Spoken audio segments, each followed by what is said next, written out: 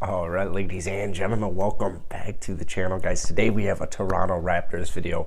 Unfortunately, the Raptors are struggling right now. They are not looking as sharp as they were early on in the season, but everything is okay. Welcome back to the channel, though, guys. If you are new here, be sure to hit that subscribe button. We are 58 subscribers away from 9,000, trying to hit it by the end of the year. Thank you guys, Raptors Nation, for hitting that like button. Let's try and hit 100 likes on today's video. So one thing I've noticed from the Raptors, like 5-game winning streak, and just when they were winning, a couple of weeks ago, to the 3-game losing streak, a good win against the Sacramento Kings, but Luke Walton was fired briefly after, and Sacramento's a little dysfunctional, but still, it was a good win. It was a good defensive win as well.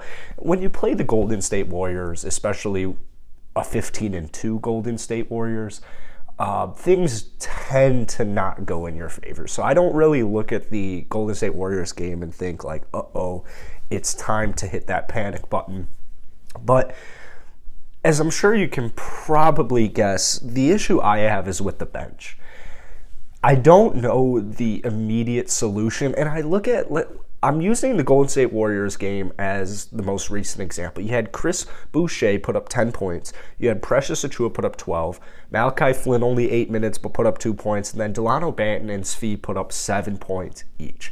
So you look at that and you're like, well, that's like 30-ish points. That's not that. Like, that's good. That's a good bench production for an average night. Not really. Not with the eye test necessarily. One hypothetical I've seen online from Raptors fans is throwing Gary Trent Jr. onto the bench once OG Anunoby comes back from injury.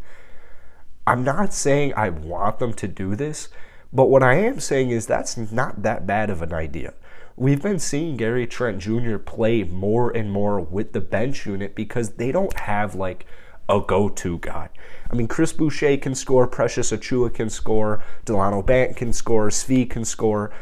Svi right now, he's shooting 28% from downtown in the month of November. He hasn't had more than 1 3 in a game since November 3rd. So he is really struggling right now. When I look at Delano Banton, I don't really view him as just pure score. I view him more as a guy who sets other players up and then looks for his shots. Very useful. Precious Achiuwa, he's a project player. He's more of a work in progress. It's a little inconsistent, but for the most part, I do like Precious Achiuwa, and I do like his playmaking ability. Chris Boucher, you got a decent game from him against the Golden State Warriors where he, 4 of 7 from the field, 1 of 2 from downtown, 10 points, 5 rebounds.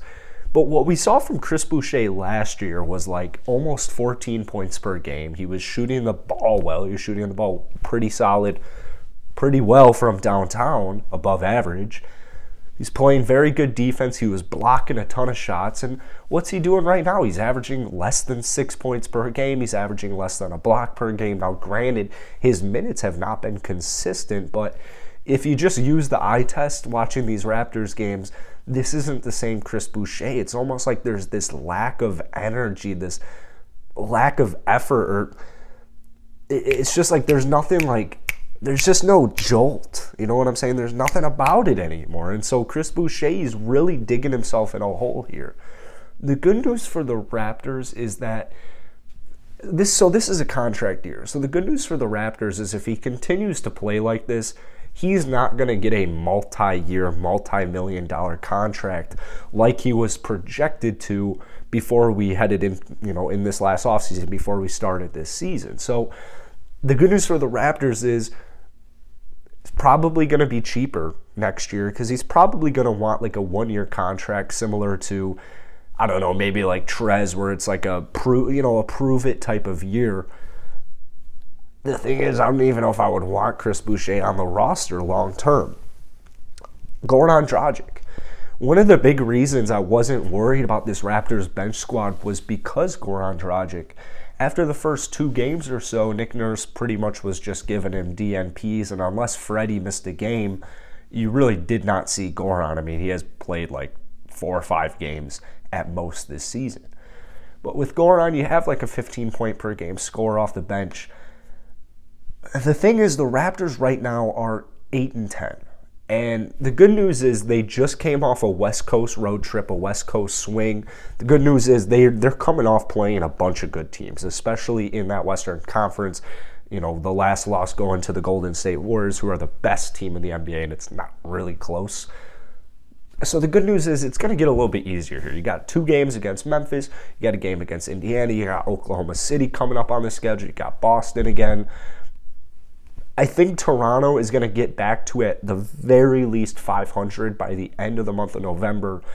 But I do think it might be worth tweaking the bench.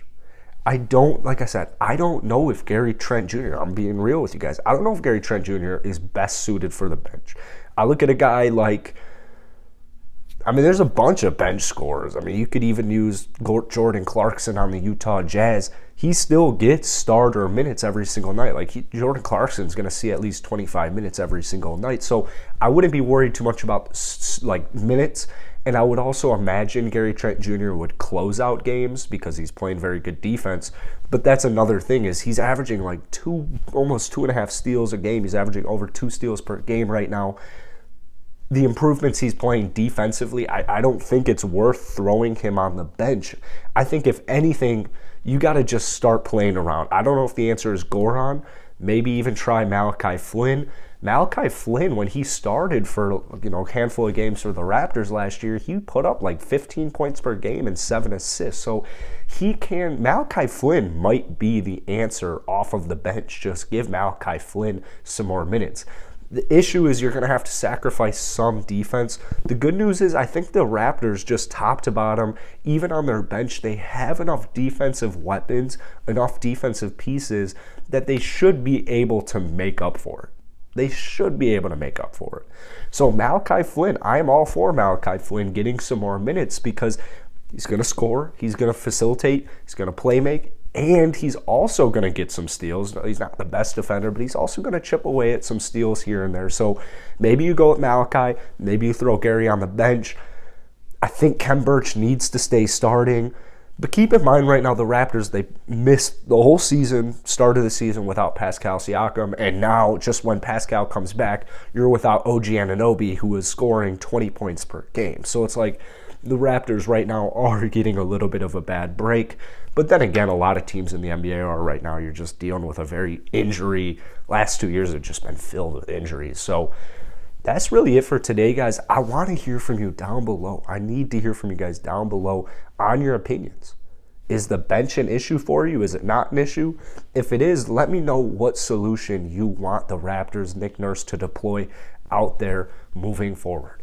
That's it for today, guys. Hit that like button. Happy holidays, and I'll see you tomorrow.